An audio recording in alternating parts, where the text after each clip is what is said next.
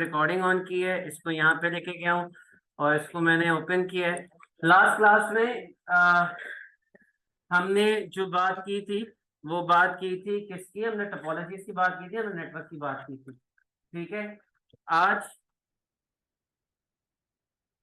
आज जो टॉपिक है वो क्या है, आज हमारा बेस करता है नेटवर्किंग के ऊपर। नेटवर्किंग के मॉडल और ठीक है, तो हम इन सारी चीजों को आज का क्या करेंगे, देखेंगे। तो मैं अगर यहाँ से आगे बढ़ता हूँ तो कोई भी अगर आपका एक नेटवर्क मौजूद हो तो यहाँ पे आपको ये जो आपको दिख रहे हैं ये तमाम आपके क्या है, लिस्ट ऑफ कंपोनेंट्स हैं, यानी ये वो कंपोनेंट्स हैं जो कि आपके किसी भी नेटवर्क के अंदर मौजूद हो सकते हैं। सर्वर हो सकता है, आप अच्छे तरीके से जानते हैं सर्वर किसे कहते हैं। सर्वर आपके पास ऐसी मशीन जो कि फिजिकली या लॉजिकली आपसे जो है सर्विसेज को शेयर कर रहे हैं। क्लाइंट वो पीसी है जो कि आपके पास सर्वर की रिसोर्स को एक्सेस कर रहा है। Transmission media it's a media जो इन दोनों के दरमियान फिजिकल कम्युनिकेशन जाके प्रोवाइड करता है। ठीक है, फिजिकल कम्युनिकेशन का मतलब क्या है कि ये वाईफाई भी हो सकता है, कोई आपकी इंटरनेट केबल भी हो सकती है। ठीक है, हार्डवेयर आपके पास it's a piece of equipment जिसके जरिए आप ये सारा काम जाके क्या करते हैं, अचीव करते हैं। सॉफ्टवेयर आपका क्या है, it's logic behind which is running logic जो कि आपके पीस ऑफ इक्विपमेंट को आके रन करती है। शेयर डेटा आपके पास ऐसा डेटा है जिसको अक्रॉस द बोर्ड जाके क्या किया जाता है, सर्व किया जाता है, यानी शेयर किया जाता है। ठीक है, नेटवर्क में जो मेजर आपके पास एक कंपोनेंट अमूमन बहुत सारे ऑफिस में मौजूद होता है वो शेयर्ड प्रिंटर होता है, क्योंकि रिसोर्स शेयरिंग के हवाले से ऑफिस में सबसे एज तरीन चीज यही होती है। ठीक है, नेटवर्क इंटरफेस कार्ड को हम नॉर्मली लैन कार्ड भी कहते हैं। ठीक है, मगर इसका एक्चुअल नाम जो है वो नेटवर्क इंटरफेस कार्ड है। ठीक है, नेटवर्क ऑपरेटिंग सिस्टम आपके पास सर्वर बेस्ड ऑपरेटिंग सिस्टम है जो कि आप आपके किसी भी पीसी को सर्वर पे आके टर्न करता है। एक चीज का ध्यान रखिएगा, यहाँ पे जितने भी पीसी के ऊपर ऑपरेटिंग सिस्टम मौजूद है ये सारे लोकल ऑपरेटिंग सिस्टम्स हैं, नेटवर्क ऑपरेटिंग सिस्टम नहीं है। नेटवर्क ऑपरेटिंग सिस्टम की जो कैपेबिलिटी होती है उसमें आपके पास बहुत सारी सर्विसेज होती है, जैसे डीएचसीपी क्लाइंट हो गया, एक्टिव डायरेक्टरी सपोर्ट हो गया। ये दो चार चीजें ऐसी हैं जो इसको जाके क्या करती है, नेटवर्क ऑपरेटिंग सिस्टम में कन्वर्ट करती है। ठीक है, कौन कौन से आपके हो सकते हैं, आपके पास विंडोज सर्वर हो गया, लिनक्स हो गया, यूनिक्स हो गया, ओपन सर्वर हो गया, सोलारिस हो गया, ये सारे आपके नेटवर्क ऑपरेटिंग सिस्टम कहलाते हैं। ठीक है, और इनमें से सारे ही सवाई लिनक्स को छोड़ के अच्छे खासे महंगे, और इनका सेपरेटली कोर्स करना पड़ता है ताकि इसकी एडमिनिस्ट्रेशन साइड को संभाला जा सके। ठीक है, आप लोगों में से ये वाली फिगर कोई नहीं जानता होगा, किसी को शायद आजकल के दौर में पता नहीं होगा, मगर इसको हम एनआईसी कार्ड या लैन कार्ड कहते हैं जो कि आजकल लैपटॉप में बिल्ट इन होता है। ठीक है ना, सारे ही लैपटॉप वाले हैं ना। ठीक है, ठीक है, ये आपके पास दो केबल्स हैं, एक आपकी कोएक्सियल केबल है और एक ट्विस्टेड पेयर केबल है। कोएक्सियल केबल आप लोगों ने कहां देखी है,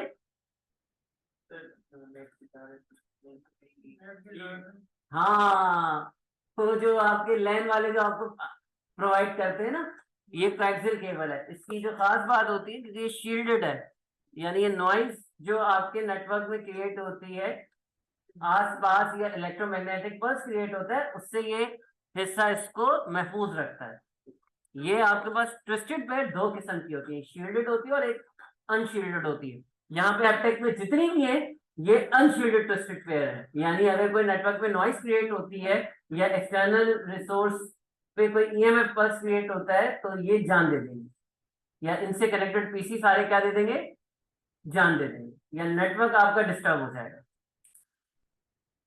ठीक है, तो ये ट्विस्टेड पेयर आपके पास केबल्स हैं, अमूमन ज्यादा डेटा शेयर पे आपके पास ज्यादा होती है।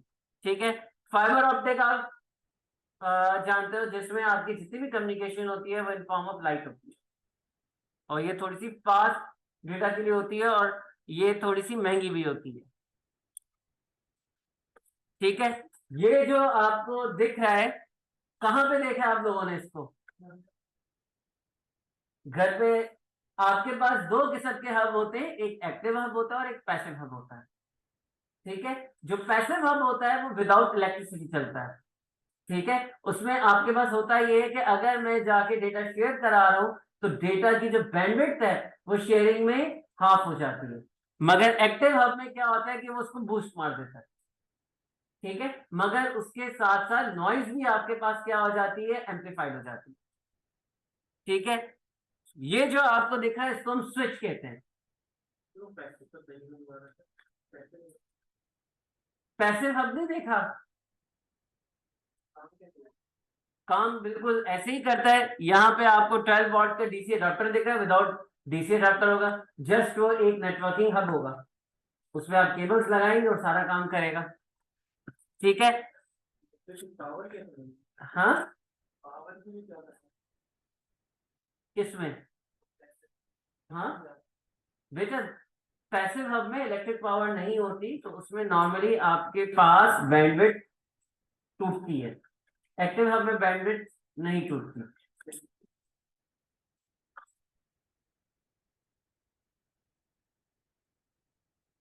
ठीक है, जबकि आपका स्विच जो है थोड़ा सा हब के मुकाबले में क्या होता है, इंटेलिजेंट होता है, यानी जिसके लिए मैसेज इंटेंडेड है सिर्फ उसी की तरफ वो जाके क्या करता है, रिडायरेक्ट करता है। मगर हब और स्विच ये काम, सॉरी, हब में एक्टिव और पैसिव ये काम नहीं करते, वो सिंपल सिंपल आपका क्या कहते हैं, सबकी तरफ मैसेज को ब्रॉडकास्ट कर देते हैं। ठीक है, इसको हम राउटर कहते हैं। राउटर आपके पास, आपने अमूमन वाईफाई डिवाइस के साथ आपने वर्ड राउटर यूज किया हुआ। एक्चुअल राउटर का काम आपके पास जो है वो क्या होता है, जो भी कम्युनिकेशन हो रही है उसको शॉर्टेस्ट पाथ की तरफ रिडायरेक्ट करता है, और at a time of log n जो भी पीसी उसको कनेक्टेड मिलते हैं तो उनको जाके क्या करता है, बीइंग अ डीएचसीपी सर्वर, जाके क्या करता है, उनको जाके आईपी एड्रेसेस जाके खुद असाइन करता है। जैसे आप लोगों को मैंने जाके दिखाया था कहाँ पे, जब मैंने जाके ESP32 के वेब वाला प्रैक्टिकल कराया था, तो ऐसा राउटर काम कर रहा था। वो जो भी आपका वाईफाई के जरिए मोबाइल कनेक्ट होता था उसको जाके आईपी असाइन करता था, और उसको जाके क्या करता था, डेटा रिडायरेक्ट करता था। ये आपका काम क्या है, ये काम आपका राउटर का काम है। ठीक है, कम्युनिकेशन करने के दो मेजर तरीके हैं, और ये याद रखना, ये वाली स्लाइड आपको बुक 2 के पूरे पेपर में 50% आगे तंग करेगी। आपके पास कम्युनिकेशन प्रोटोकॉल को लॉजिकली जो डिस्क्राइब किया जाता है वो 7 लेयर्स में डिस्क्राइब किया जाता है, और इन 7 लेयर को हम OSI मॉडल कहते हैं, और 4 से 5 सवाल इसी के ही होते हैं। ठीक है, और इसकी जो लेयर्स आपको दिख रही है ये 7 के करीब लेयर्स है, जिसमें फिजिकल लेयर आपके पास रिस्पॉन्सिबल है डेटा सेंड करने के।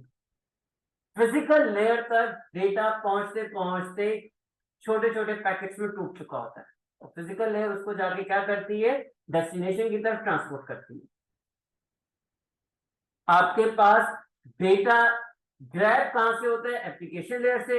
Till application to physical layer आपकी बीच में जो है 5 डिफरेंट लेयर्स इन्वॉल्व है, और ये 5 डिफरेंट लेयर्स 5 डिफरेंट कामों को जाके क्या करती है, परफॉर्म करती है। ठीक है, आगे मैं आपको बताऊंगा कि ये 7 डिफरेंट लेयर्स क्या काम करती है, और ये चूज या सेलेक्ट द बेस्ट आंसर में ये तकरीबन तकरीबन 2 मार्क्स के क्वेश्चन के तौर पे आएगी। मगर इस लॉजिकल एक्सप्लेनेशन की फिजिकल एक्सप्लेनेशन आपको कहां पे दिख रही है, टीसीपी आईपी में। TCP IP stands for transmission control protocol internet protocol. ठीक है, तो उसका जो वर्ड टीसीपी है, एक्चुअली प्रोटोकॉल का काम आपके पास क्या है, ये 2 पर्संस के दरमियान कम्युनिकेशन को हैंडल करता है।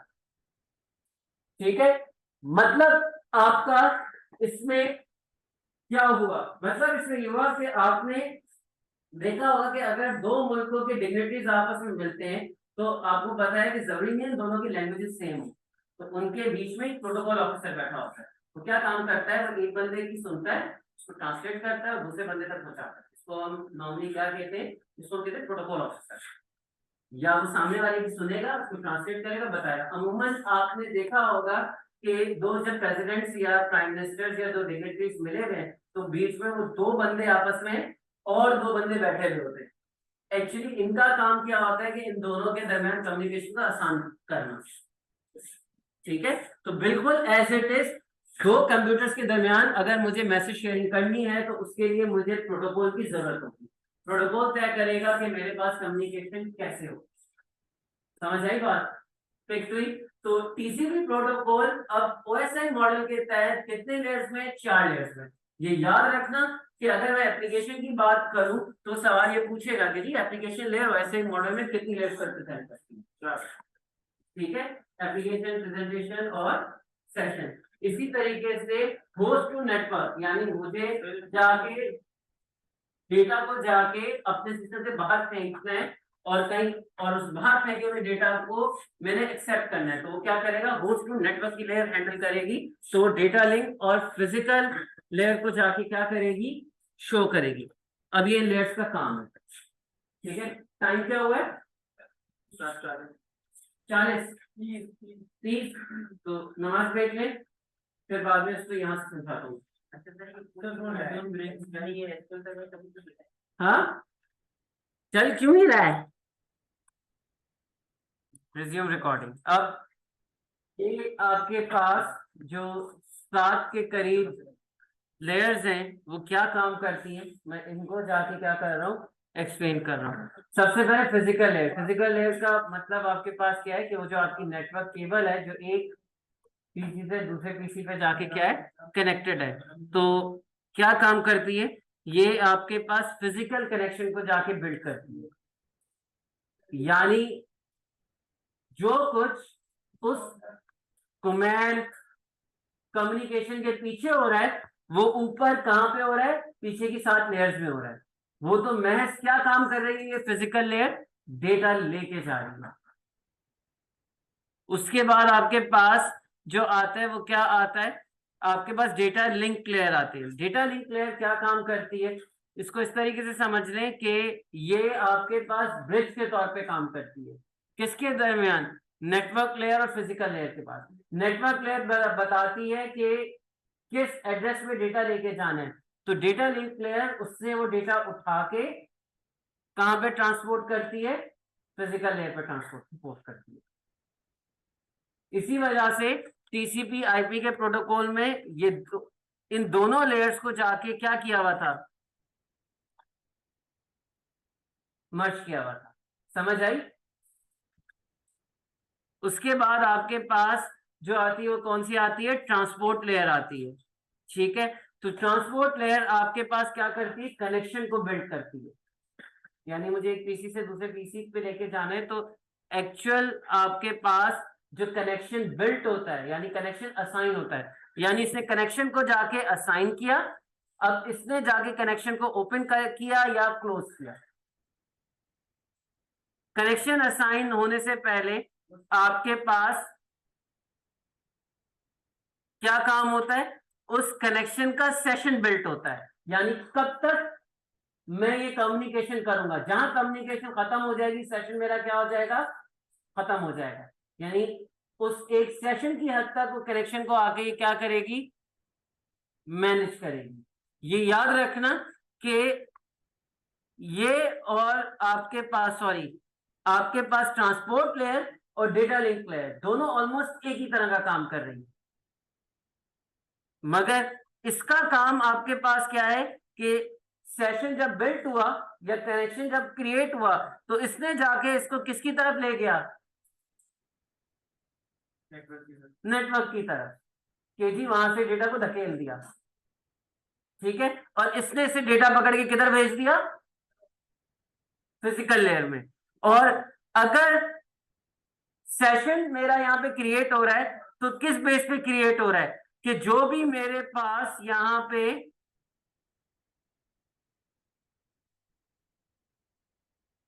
डेटा मौजूद है जो इसको डेटा एप्लीकेशन लेयर से क्या किया गया है, भेजा गया है। वो करेगा क्या, उसको सेशन लेयर की तरफ ये क्या करेगा, लेके जाएगा। अब ये कौन सा डेटा होगा, इंटीजर हो जाए, स्ट्रिंग हो जाए, यानी वो जो मेमोरी में जो मेरा डेटा मौजूद है उसको जाके ये किधर भेजेगा, सेशन लेयर की तरफ भेजेगा, जो मैं डेटा इसको आगे भेजना चाहता हूं। जबकि एप्लीकेशन लेयर आपका ह्यूमन इंटरफेस और एप्लीकेशन इंटरफेस के दरमियान क्या करता है, ब्रिज के तौर पे काम करता है।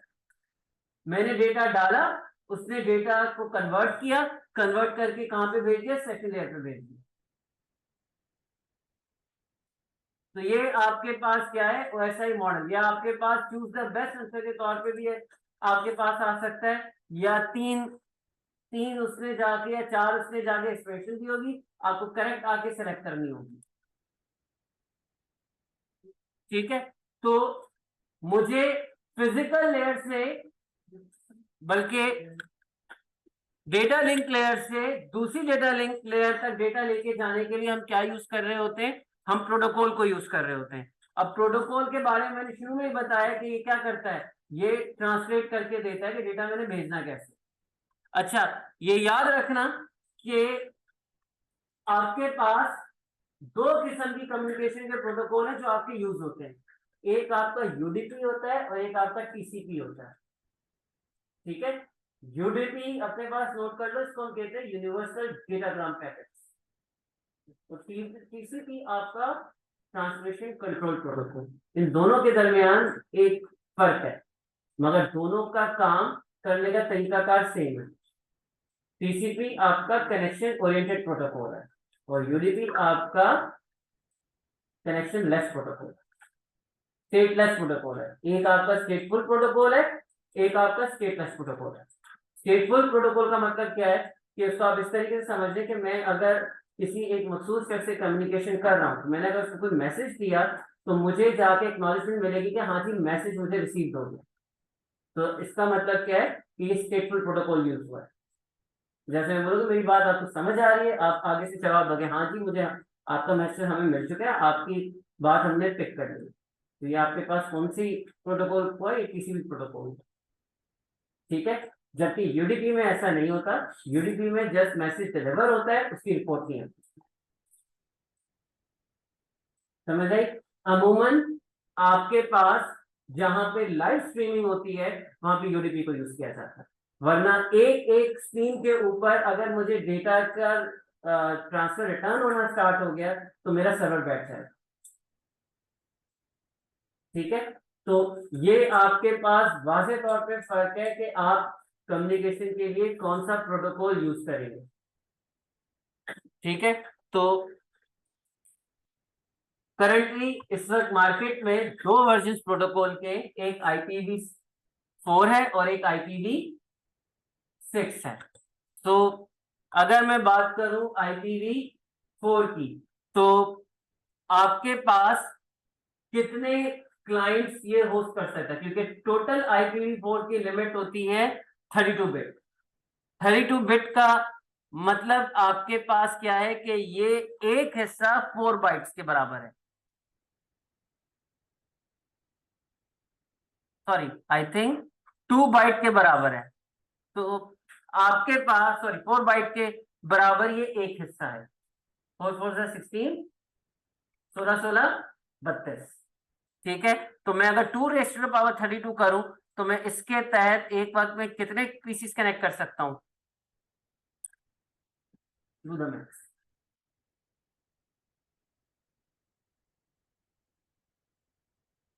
समझ आई ये बात, कितने पीसीस एक सपोर्टेड है। और ये आपके पास सवाल ये पूछा जाता है 2⁻32, तो वो नीचे वो बताएगा कि आप कितना IPv4 के साथ मैक्सिमम पीसीस आपके कनेक्ट हो सकते हैं।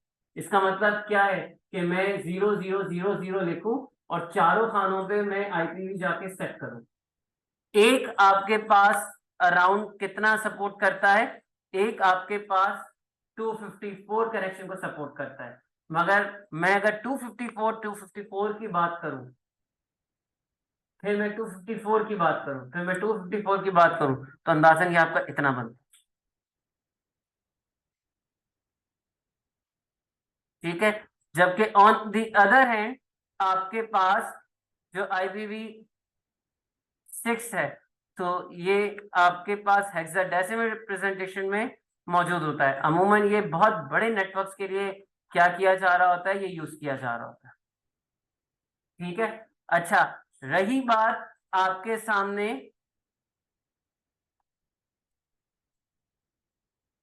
किसकी, रही बात आपके सामने इस चीज की, ये याद रखना कि अगर आपका डेटा इसके जरिए जा रहा है, जिसको आप नॉर्मली क्या कहते हैं, लैन कार्ड, ये बेजरर डेटा है। मगर अगर आपने अपने तकिए के साथ अपना मोबाइल रखा हुआ है, ठीक है, और उसमें वाईफाई ऑन करके रखा हुआ है, ठीक है, और आप सरहाने इसको रख के सो रहे हो, तो इसका मतलब ये है कि आप खुदकुशी करने जा रहे हो। इसका रीजन है, ठीक है, और उसका